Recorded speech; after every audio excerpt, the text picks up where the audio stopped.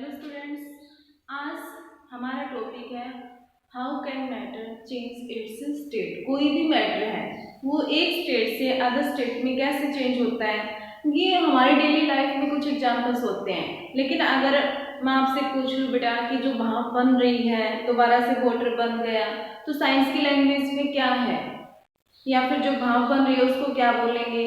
ऐसा क्या प्रोसेस है जिसकी वजह से पानी से वेपर बन रहे हैं?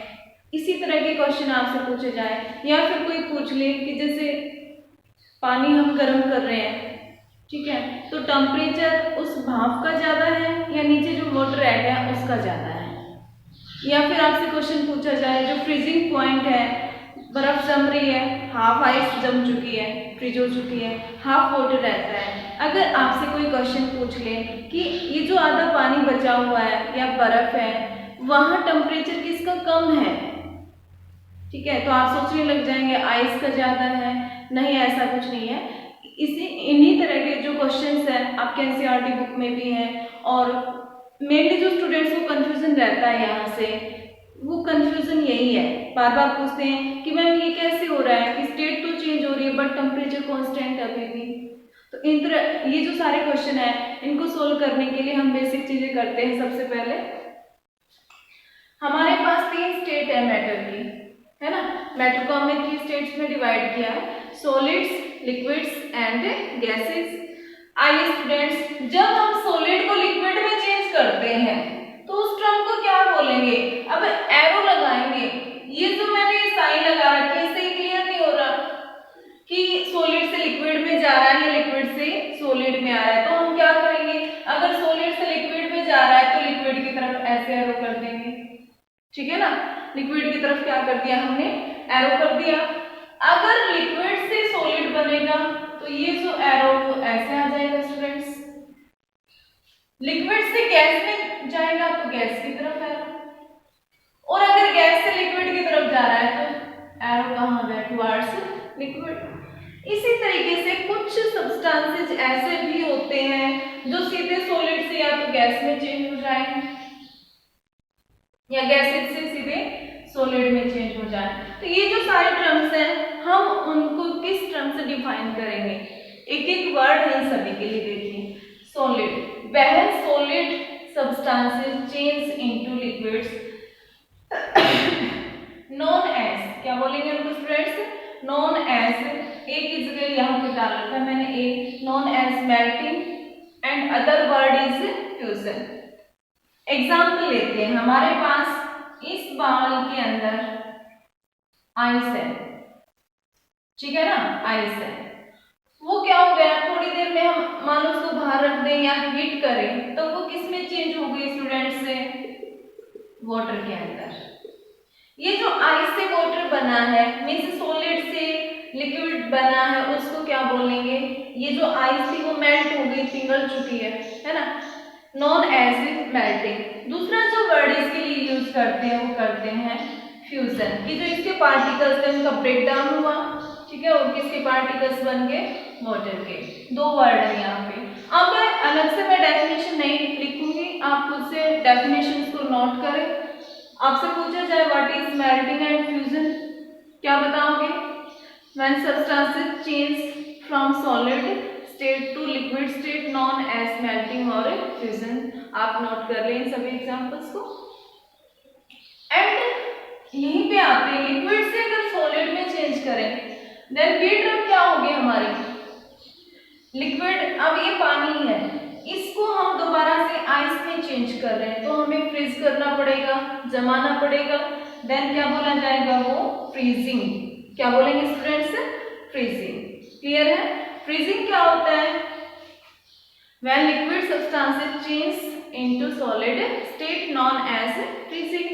नेक्स्ट हम देखिए स्टूडेंट, सी, लिक्विड चेंज हो रहा है गैसेस के अंदर। अब हमारे पास ये जो वाटर है, ठीक है, इस वाटर को क्या करें? हीट कर दें, हम नीचे से हीट कर रहे हैं, या फिर उसको बाहर देखेंगे, हीट करने की जरूरत भी नहीं है, जो सनराइज आ रही है वो भी तो हीट ही मिल रहा है। अब गर्मी में क्या हो रहा है? पानी जो ऊपर टंकी में रखा हुआ है वो अपने आप ही गर्म हो रहा है, या फिर आप एक गिलास वाटर बाहर रख दीजिए, आप शाम तक देखोगे उसका जो लेवल है वो थोड़ा सा डिक्रीज कर गया। क्यों किया? इवोपरेट होता है। हम गीले कपड़े सुखाते हैं, क्या देखते हैं 1 घंटे या 2 घंटे में सूख जाते हैं। इट मीन्स पानी कहाँ गया, लिक्विड फॉर्म में था ना कपड़ों में तो, लेकिन क्या हो गया वो इवोपरेट हो गया, भाप बन के उड़ गया इन्वायरमेंट के अंदर। ऐसे काफी सारे एग्जांपल हैं। कोई भी चीज गीली करते हैं, पानी में डालते हैं, आफ्टर सम टाइम जो पानी है वो इवोपरेट हो जाता है। तो जो हमारी ड्रम है लिक्विड से गैसेस में जाएगा, थोड़ा आफ्टर सम टाइम हम क्या देखते हैं, ये जो पानी था वो ऐसे इवोपरेट होने लगता है, ठीक है ना, ऐसे भाप बन रही है इसकी। अब ये लिक्विड से किसमें जा रहा है, हीट करने से गैसेस फॉर्म में। कौन सा प्रोसेस होगा, इवेपोरेशन। क्या होगा स्टूडेंट्स, इवेपोरेशन। अब क्या करें हम, जैसे हम सब्जी बना रहे हैं, ठीक है, हमें सब्जी ऐसे बिल्कुल सूखी नहीं बनानी है, तो हम क्या करेंगे, उसको ढक देते हैं। गरम करते रहेंगे तब तक तो पानी निकल जाएगा सारा, लेकिन अगर हम उसको ढक दें, उसके ऊपर कोई प्लेट लगा दें, देन क्या होगा, यहाँ से जो गैस टकरा रही है, वेपर्स टकरा रहे हैं वाटर के, वो किस में चेंज हो गए।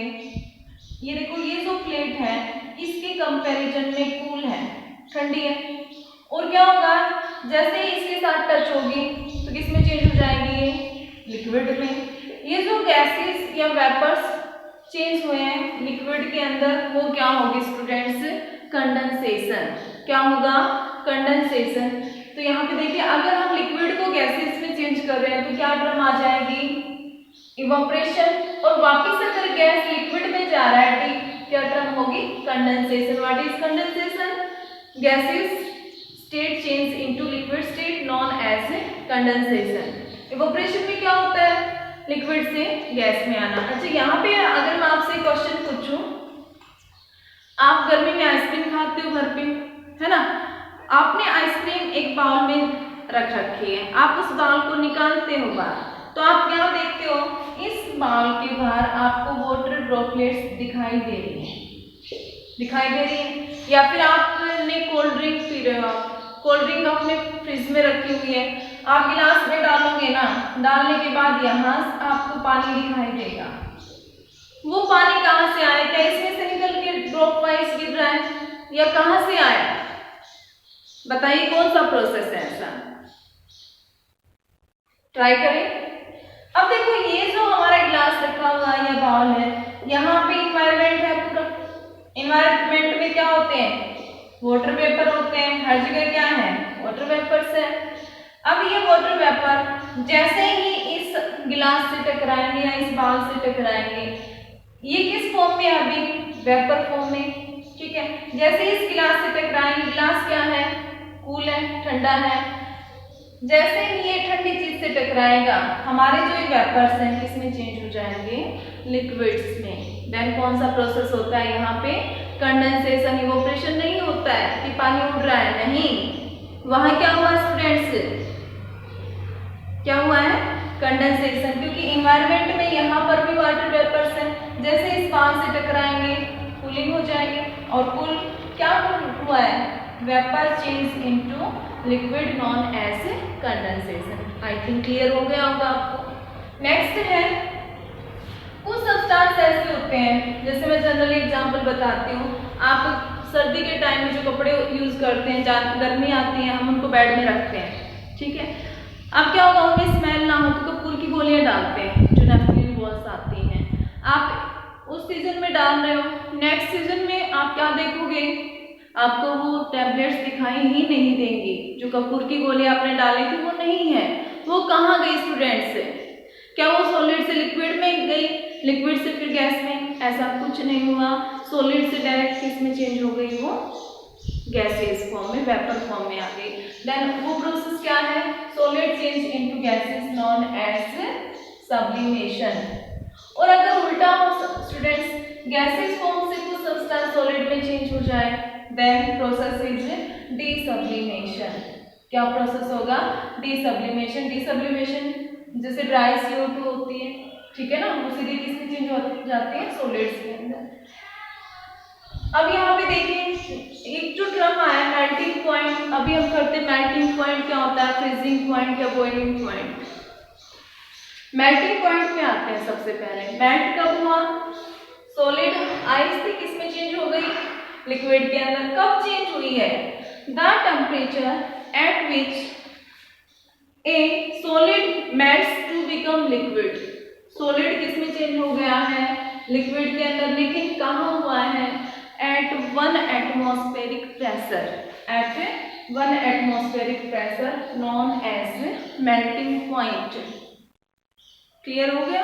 क्या है मेल्टिंग पॉइंट में? कोई भी सॉलिड सब्सटेंस लिक्विड में चेंज हो रहा है, कब? At 1 atmospheric pressure. अब फिर जो एक बहुत ही क्रिएटिव क्वेश्चन है जो कंफ्यूज करने वाला भी होता है, स्टूडेंट्स को बार बार यही क्वेश्चन लेकर आते हैं, why does temperature remain constant during melting? हम मेल्ट कर रहे हैं, हमारे पास ये आइस है, ठीक है ना, ये आइस है हमारे पास इस कंटेनर में, ठीक। हमने जैसे उसको बाहर निकाल दिया, यहां तक तो आइस बच गई और यहाँ वाटर बन चुका है, या फिर नीचे आएगा? ये भी क्वेश्चन है। ये जो स्टेटमेंट है, अभी डायग्राम बनाया है, ये डायग्राम कौन सा राइट है?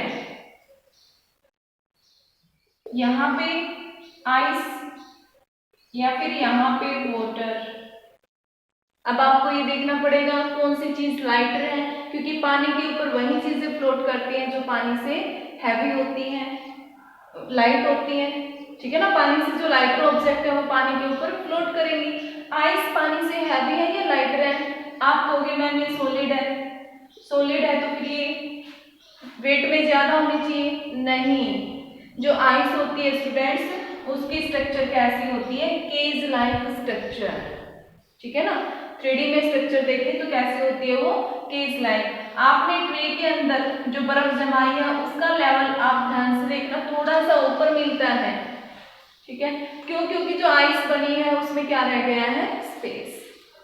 तो ये वाला जो है रॉन्ग हो जाएगा। अगर आप कोई डायग्राम ऐसे करके आते हैं तो ऊपर क्या है? ये आइस और नीचे वाटर। अब आपसे क्वेश्चन पूछ लीजिए, वाला जो क्वेश्चन है ये पूछे कि आइस का टेम्परेचर और वाटर का टेम्परेचर क्या दोनों का कांस्टेंट है?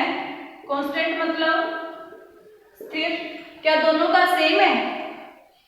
या फिर आप कहोगे नहीं मैम आइस तो ज्यादा ठंडी होगी एज कंपेयर टू वाटर, या फिर कहोगे नहीं वाटर ज्यादा कूल होगा। बताइए, सोचिए पॉज करके, मैं बताती हूँ आपको। ये जैसे यहाँ से एनर्जी मिल रही है, इसको बाहर से हीट मिल रही है ना, बाहर से क्या मिल रही है इस कंटेनर को? हीट। वो हीट कहाँ जा रही है? अंदर जा रही है कंटेनर के अंदर। अब क्या होगा? ये जो हीट है ये अभी टेम्परेचर को चेंज करने में नहीं लगी, किस में लगी है? इस कंप्लीट मैटर को एक स्टेट में लाने में लगी हुई है, ठीक है ना। ये जो पार्टिकल्स है ये नहीं कि यहाँ वाटर बन गया तो ये बाहर चला जाएगा, नहीं, अभी इसमें काइनेटिक एनर्जी नहीं है।